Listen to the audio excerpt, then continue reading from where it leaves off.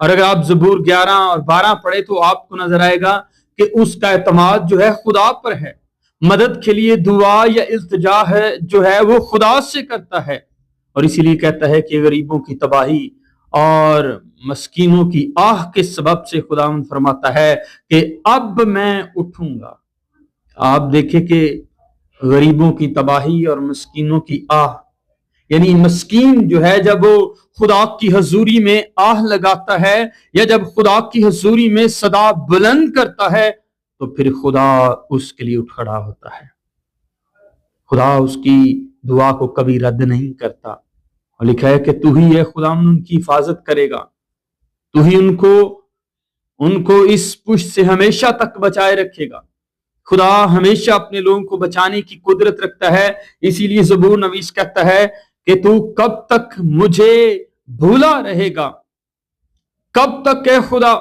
دیکھیں جب بھی کسی انسان پر دکھ اور مشکلات آتی ہیں تو یہ جنوبی ایشیا کا ایک کلچر ہے کہ جب بھی، کیونکہ وہ خدا کا انکار نہیں کر سکتے، وہ خدا سے دور نہیں جا سکتے، جس طرح زبور 14 کے اندر جو لکھا ہے کہ احمق نے اپنے دل میں کہا کہ کوئی خدا نہیں ہے۔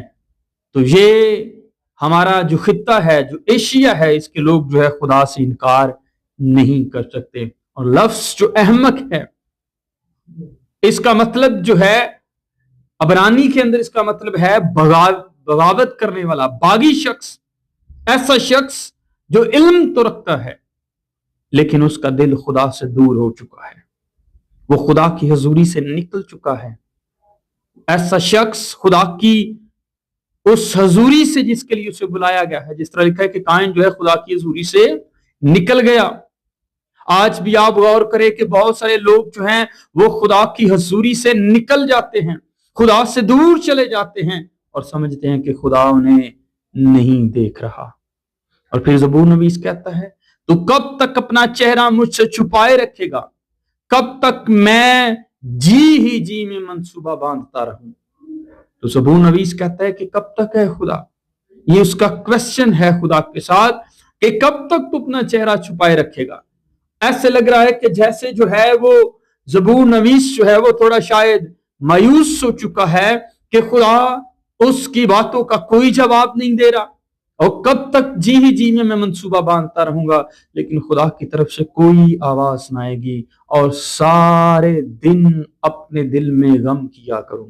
یہ سارے اس کے کویسچنز ہیں۔ اور پھر کہتا ہے کہ کب تک میرا دشمن مجھ پر سر بلند رہے گا۔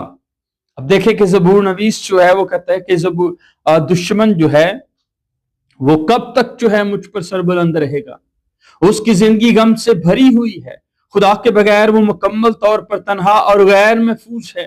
اس کا دشمن اس پر سر بلند ہے، اس سے اس کی صورتحال جو ہے مزید جو ہے بگڑتی چلی جا رہی ہے۔ زبور نویس خدا سے منت کرتا ہے کہ وہ اس کی طرف دیکھے اور اس کی آنکھوں کو روشن کرنے سے اسے جواب دے۔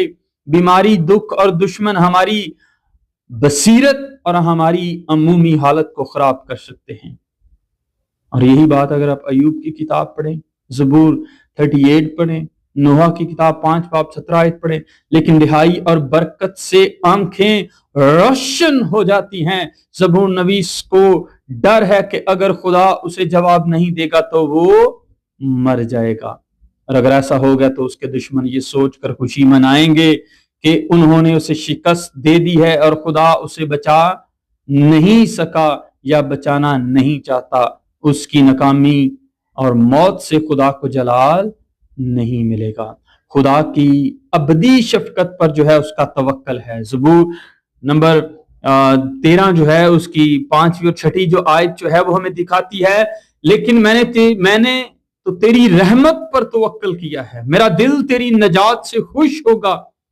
آپ غور کریں کہ کس قدر جو ہے زبور نویس کہتا ہے کہ اے خداوند میرے خدا میری طرف توجہ کر، مجھے جواب دے، میری آنکھوں کو روشن کر، ایسا نہ ہو کہ مجھے موت کی نیند آ جائے، ایسا نہ ہو کہ میرا دشمن کہے کہ میں اس پر غالب آ گیا ہوں۔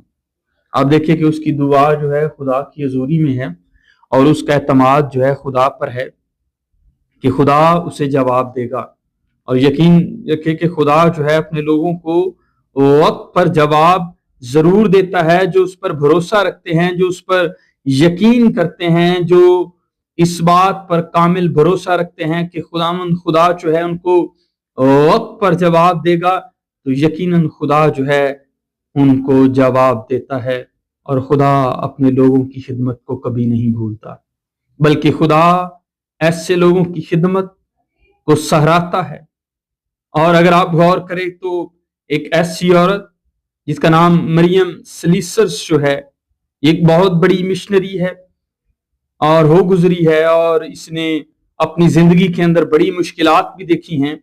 اور یہ عورت جو ہے وہ ایک اسکاٹ لینڈ کی رہنے والی، اور ان کا بچپن میں غربت اور مشکلات میں گزارا ہوا، اور اس کی ماں جو تھی وہ بڑی خدا ترس اور کلیسیا سے جڑی ہوئی اور خدا سے محبت کرنے والی تھی۔ اور مریم جو ہے اسے بچپن ہی سے اپنی ماں کے ساتھ مشنریوں کے قصے سنتے ہوئے جو ہے وہ بڑی ہوئی تھی، اور خاص طور پر جو ہے ڈیوڈ لیونگسٹون کی کہانیاں وہ سنا کرتی تھی، اور انہی کہانیوں نے ان کے دل میں مشن فیلڈ پر جانے کے لیے جو ہے ایک خواہش اس کے اندر پیدا ہوئی۔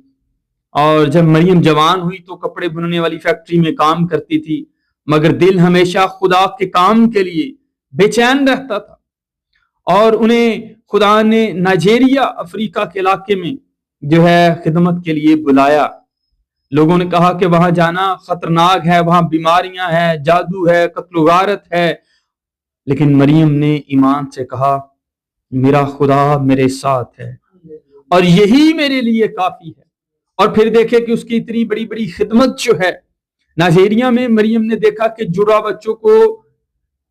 بچے جو ہیں وہ بدقسمتی کی علامت سمجھا جاتا ہے، اور ماؤں کو قبیلے سے نکال دیا جاتا ہے، اور معصوم بچے مرنے کے لیے چھوڑ دیے جاتے ہیں۔ تو مریم نے یہ سب دیکھا تو اس کا دل ٹوٹ گیا۔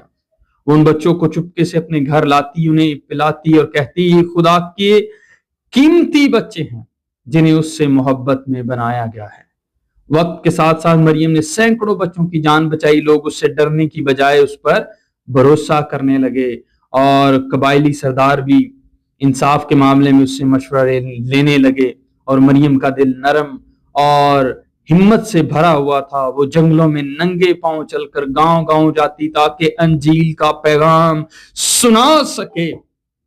اس نے کبھی آرام یا دولت نہیں چاہی، صرف خدا کی بادشاہت کو بڑھتے دیکھنے کے لیے تمنا رکھی۔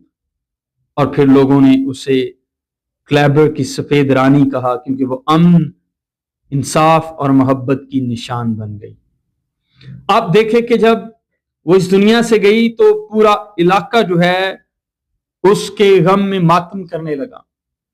اور دیکھیں کہ یہ ایسے لوگ ہیں جو خدا پر توکل کرتے ہیں، خدا پر بھروسہ کرتے ہیں، پھر خدا انہیں اپنے جلال کے لیے استعمال کرتا ہے، خدا انہیں اٹھا کھڑا کرتا ہے، کیونکہ ان کی مدد جو ہے خداوند اپنے خدا سے ہے، کیونکہ ان کی مدد کسی انسان سے نہیں ہے کہ وہ انسان کے آگے چلائے کیونکہ یا انسان سے کوئی مدد چاہے، بلکہ ان کا توکل خدا پر۔ اس لیے لکھا ہے کہ احمق ہے وہ شخص جو انسان پر توکل کرتا، اور مبارک ہے وہ شخص جو خدا پر بھروسہ رکھتا ہے۔